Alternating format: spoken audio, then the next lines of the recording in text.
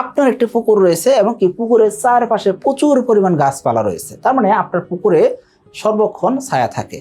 এই যে ছায়াযুক্ত পুকুরে আপনি তেলাপিয়া মাছ চাষ করবেন। তেলাপিয়া মাছ যেহেতু সহজে মরে না, রোগ বৃদ্ধি কম হয় এবং কি যে কোনো পরিবেশে টিকে থাকতে পারে, এই মাছটাকে গার্বেজ ফিশ হিসেবে কাউন্ট করা হয়। অর্থাৎ নর্দমার ভিতরেও এই মাছ টিকে থাকতে পারে। এই কারণে আপনি চিন্তা করছেন কি মাছটা যত শক্ত স্ট্রং, এই জন্য আপনি এই যে ছায়াযুক্ত পুকুরে আপনি মাছ চাষ করতে চান। দেখুন একদম ভর দুপুর বেলাও দেখা যাচ্ছে কি এই পুকুরের একটা অংশে দেখা যাচ্ছে সূর্য আলো পৌঁছাইছে, আর বাদ বাকি অধিকাংশ অংশেই সূর্য আলো পৌঁছাইতে পারে না, কারণ কি গাছের ছায়া পড়তেছে। এরকম ছায়াযুক্ত স্থানে আপনি কি করতে চান, তেলাপিয়া চাষ করতে চান। সেই ক্ষেত্রে বুদ্ধিমানের কাজ হবে কিনা, বা কিভাবে চাষ করবেন, কি কোণতে চাষ করবেন, কোন খাবার দিবেন, কি কোন সময় মাছ বিক্রি করবেন, এই সম্পর্কে আমরা জানার চেষ্টা করব। তো চলুন শুরু করা যাক। এখনো যারা চ্যানেলটিকে সাবস্ক্রাইব করেনি সাবস্ক্রাইব করে দিবেন, বেল বাটন প্রেস করে দিবেন, যাতে নতুন নতুন যত ভিডিও আসে সবগুলো দেখতে পারেন। দেখুন একটা আদর্শ পুকুরে কি হইতে হয়, সচরাচর সূর্য আলো বেশি পৌঁছাবে এবং কি চারপাশে যে গাছপালাগুলো থাকবে সেগুলো ছোট থাকবে। কিন্তু বেশিরভাগ ক্ষেত্রে আমরা কি করি, পুকুরের পার আছে মানে আমরা চিন্তা করি এই পাড়ের ভিতরে গাছ লাগাই দিব। এখন এই কারণে কি হয়, গাছ অনেক বড় হয়ে গেছে, এখন দিন শেষে মাছ চাষ করতে যায় লোকসানে পড়তেছে। কি কারণে, এই যে গাছের পাতা পুকুরে পড়তেছে, গাছের পাতার কারণে পুকুরে গ্যাস তৈরি হইতেছে, পুকুরে নানাবিধ সমস্যা তৈরি হইতেছে, পুকুরে সূর্য আলো সঠিকভাবে পৌঁছাইতে পারতেছে না এবং মাছ চাষটা হয়ে গেছে কঠিন অবস্থায়। সো এখন আপনার তাহলে করণীয় কি, আপনি তো গাছ কাটতে পারতেছেন না, কারণ কি গাছ আবার কেটে ফেলবেন, সেটাও তো পরিবেশের ক্ষতি করতেছেন। সো এখন আপনি গাছ যেহেতু কাটতে যাচ্ছেন না, সেই ক্ষেত্রে আপনি ওই পুকুরে তেলাপিয়া কেমনে চাষ করবেন, কি কোণতে চাষ করবেন। এখন দেখেন একটা পুকুর দেখাচ্ছি, এখানে আর একটা পুকুর দেখতেছেন। এই পুকুরে মোটামুটি ভাবে কিন্তু গাছপালা কিন্তু রয়েছে, কিন্তু এই গাছপালাগুলো একটা মোটামুটি ভাবে এক সাইজের গাছপালা এবং কি এই গাছপালাগুলা অবশ্যই কলম কাটা গাছ ছিল, এই কারণে এই গাছগুলো বেশি একটা লম্বা হয় নাই। এই পাশে দেখতেছেন এখানে কলার গাছ রয়েছে, কলার গাছের সাইজ অনুযায়ী গাছগুলার সাইজ হয়েছে। এই কারণে এই পুকুরেও কিন্তু মোটামুটিভাবে চাষ করা যায় এবং কি এখানে সূর্য আলো পৌঁছানোর মোটামুটিভাবে ব্যবস্থা থাকে, অর্থাৎ মোটামুটি 4-5 ঘন্টা কম করে হলেও সূর্য আলো পৌঁছায়। জুন, জুলাই ও আগস্ট মাসের মধ্যে এসে তেলাপিয়া পোনা অর্ডার করে জিতে নিতে পারেন 2টি মোটর বাইক ও 5টি ফ্রিজ। লটারির লাইভ ড্র হবে 1 সেপ্টেম্বর। কিন্তু এই পুকুরটা দেখা যাচ্ছে কি এখানে অনেক বড় বড় গাছপালা রয়েছে, যার কারণে অধিকাংশ সময় কিন্তু সূর্য আলো পৌঁছাইতেছে না। অর্থাৎ সম্পূর্ণ পুকুরে 4 ভাগের 1 ভাগে সূর্য আলো পৌঁছাইতেছে, বাদ বাকি জায়গাতে সূর্য আলোয় পৌঁছাইতে পারতেছে না। এখন এইরকম ছায়াযুক্ত যদি পুকুর হয়, এই পুকুরগুলোতে নানাবিধ সমস্যা তৈরি হয়। সেই সমস্যাগুলো আমরা আগে জানার চেষ্টা করব। সর্বপ্রথম যে সমস্যা আপনার পুকুরে হয় সেটা কি, পুকুরে প্রচুর পরিমাণ গ্যাস হয় এবং কি গ্যাস হওয়ার কারণে মাছ মারাও যেতে পারে, একসাথে অনেক মাছ মারা যেতে পারে, এরকমও হইতে পারে। যেহেতু পুকুরে পর্যাপ্ত পরিমাণ কি হয়েছে, গাছের পাতা পড়ছে এবং কিছু পুকুরে কোনোভাবে সূর্য আলো পৌঁছাতে পারে নাই, আর সূর্য আলো উপস্থিতি না হওয়ার কারণে পুকুরে গ্যাস তৈরি হয়েছে, অন্যদিকে দেখা যাচ্ছে পুকুরে অক্সিজেনের অভাব হয়েছে। এই কারণে কিন্তু মাছের মৃত্যু হইতে পারে। এখন আপনি বলতে পারেন ভাই ছায়াযুক্ত পুকুরে তাহলে কি তেলাপিয়া চাষ করা যাবে না, বা ছায়াযুক্ত স্থানে যদি তেলাপিয়া চাষ করি সেই ক্ষেত্রে আর কি কি সমস্যা হইতে পারে। দেখুন ছায়াযুক্ত স্থানে যেহেতু সূর্য আলো পৌঁছাইতেছে না, তার মানে তাপমাত্রা কম হবে, আর তাপমাত্রা যখন কম হবে সেক্ষেত্রে পুকুরে পচন হবে। কিভাবে, অক্সিজেনের অভাবে, অর্থাৎ পুকুরে তলদেশে পচন ঘটবে। বিভিন্ন ধরনের প্রাণীকণা আছে, বিভিন্ন ধরনের খাবার ব্যবহার করছেন, এই খাবারগুলো মাছের মলমূত্র এগুলো পুকুরে তলদেশে পচন ঘটতেছে।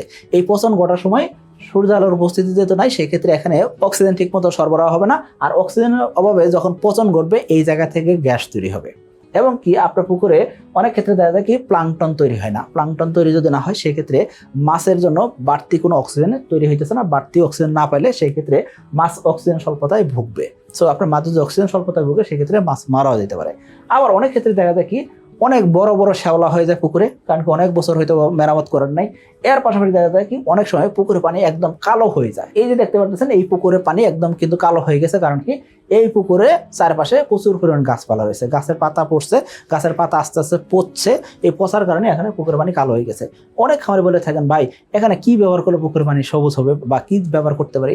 এক্ষেত্রে আমি বলবো আপনাকে পুকুরের পানি কি পরিবর্তন করে, তারপর চুন ব্যবহার করে, লবণ ব্যবহার করে, প্রোবায়োটিক ব্যবহার করেন এবং কি পুকুরের চারপাশে যাতে গাছের পাতা পড়তে না পারে সেই ব্যবস্থা আপনার করা উচিত। তাহলে আমরা কি করবো, ছায়াযুক্ত স্থানে তেলাপিয়া চাষ করার আগে যেই সব সমস্যা হইতে পারে সেই সব সমস্যা আমরা জেনে নিছি।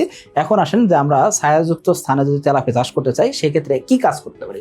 1 নম্বর হলো আমরা নার্সারি করতে পারি। ছোট পোনা সংগ্রহ করে এগুলাকে আমরা 1 মাস নার্সারি করতে পারি, 1.5 মাস নার্সারি করতে পারি। কারণ কি এই পোনাগুলা মাত্র 1-1.5 মাস যেহেতু থাকবে সেক্ষেত্রে পুকুরের পরিবেশ নষ্ট হওয়ার আগেই আপনি কি পাইতেছেন, মাছ নার্সারি করে চাষের পুকুরে দিতে পারতেছেন। তার মানে ছায়াযুক্ত স্থানে আপনি চাইলে নার্সারি করতে পারতেছেন। এখন ছায়াযুক্ত স্থানে যদি আবার মাছের অক্সিজেন স্বল্পতা হয় সেই ক্ষেত্রে এয়ার এয়ারোটর ব্যবস্থাপনা রাখতে পারলে ভালো হয়। পাশাপাশি মাছের ঘনত্ব কম রাখার চেষ্টা করতে হবে। 2026 সালের এসএ তেলাপিয়া পোনার দাম নির্ধারণ করা হয়েছে প্রতি পিস 1 টাকা 45 পয়সা করে। তাহলে আর দেরি কেন, আজই এসএ তেলাপিয়া পোনার অর্ডার করুন এবং প্রায় 0% মৃত্যু হারে পোনা ডেলিভারি গ্রহণ করুন। এখন আসেন, আপনি যেতেছেন কি ছায়াযুক্ত স্থানে চাষ করবেন, এই ক্ষেত্রে ঘনত্ব কি হবে? প্রতি শতাংশে আমরা তেলাপিয়া চাষে দিতে বলি 250 পিস করে। এই জায়গায় আপনি কি করবেন, শতাংশে 100 থেকে 120 পিস তেলাপিয়া দেওয়ার চেষ্টা করবেন। অর্থাৎ ঘনত্ব কম রাখবেন, যেহেতু ছায়াযুক্ত স্থান এখানে ঘনত্ব কম রাখতে হবে, উৎপাদন কম করা টার্গেট করতে হবে। প্রতি শতাংশে আপনি কি করবেন, মোটামুটিভাবে 40 থেকে 50 কেজি মাছ উৎপাদন হলে আপনার খুশি হওয়া উচিত। কারণ কি, আপনার পুকুরে সূর্য আলো ঠিক মতন পৌঁছায় না, এক্ষেত্রে ঘনত্ব কম রাখাটা খুব জরুরি জিনিস। এখন আপনি বলতে পারেন, এই যে চাষ করবো, চাষ পদ্ধতি কেমন হবে? মিশ্র চাষ পদ্ধতি হবে। এখানে অল্প কিছু বাংলা মাছ বা কার্প জাতীয় মাছ আমরা দিব। সেই ক্ষেত্রে প্রতি শতাংশে আমরা 1 পিস রুই দিব, 1 পিস মৃগেল দিব, এবং কি প্রতি 2 শতাংশের জন্য 1 পিস সিলভার কার্প মাছ আমরা দিতে পারি। অনেক ক্ষেত্রে সিলভার কার্প মাছ না দিলেও চলে। আশা করি বুঝতে পারছি, ঘনত্ব কম রাখতে হবে। অর্থাৎ আমাদের এসে তেলাপিয়া খামারি ভাইরা শতাংশে 250 দেন, এই জায়গায় আপনি তার অর্ধেক ঘনত্ব দিবেন বা তার চেয়েও কম রাখার চেষ্টা করবেন। অর্থাৎ প্রতি শতাংশে 100 থেকে 120 পিস তেলাপিয়া দিবেন। আশা করি আপনাকে বোঝাতে পারছি। এখন প্রশ্ন হলো যে পানির গভীরতা কত ফিট রাখতে হবে? পানির গভীরতা কম করে হলো 4 থেকে 6 ফিট রাখতে হবে, এর নিচে গভীরতা রাখা যাবে না। খাদ্য কি দিবেন? খাদ্য হিসেবে অবশ্যই ভাসমান খাবার দিবেন। এই যে ছায়াযুক্ত স্থান, এইসব পুকুরে কোনোভাবেই লিকুইড খাবার, ডুবন্ত খাবার বা হাতে বানানো খাবার ব্যবহার করা যাবে না। পরিচর্যা কি হবে? প্রতি 15 দিন অন্তর অন্তর বাধ্যতামূলকভাবে পানি পরিবর্তন করতে হবে। এর পাশাপাশি কি করতে হবে, মাসিক ডোজগুলো আপনাকে সম্পন্ন করতে হবে। চুন, লবণ, প্রোবায়োটিক ডোজ করতে হবে, এবং কি পুকুরে যাতে গ্যাস না তৈরি হয় এই জন্য ইউকা, জিওলাইট এগুলো অবশ্যই ব্যবহার করতে হবে। আশা করি আপনাকে বুঝতে পারছি। সো তার মানে বোঝা যাচ্ছে, আপনি যখন ছায়াযুক্ত স্থানে মাছ চাষ করতে চান, সেই ক্ষেত্রে আপনাকে এইসব জিনিস জেনে বুঝে চাষে আসতে হবে। পাশাপাশি প্রতিদিন আপনাকে খেয়াল করতে হবে মাছের কোনো রোগ ব্যাধি আছে কিনা, রোগ ব্যাধি হচ্ছে কিনা, এবং যদি বৃষ্টি বাদল হয় এই সময় পুকুরে অক্সিজেন স্বল্পতা হতে পারে। এই জন্য আপনাকে অবশ্যই এয়ারোটর ব্যবস্থাপনা রাখা খুব জরুরি হবে। আশা করি বুঝতে পারছি। সকলে ভালো থাকবেন, সুস্থ থাকবেন। আসসালামু আলাইকুম।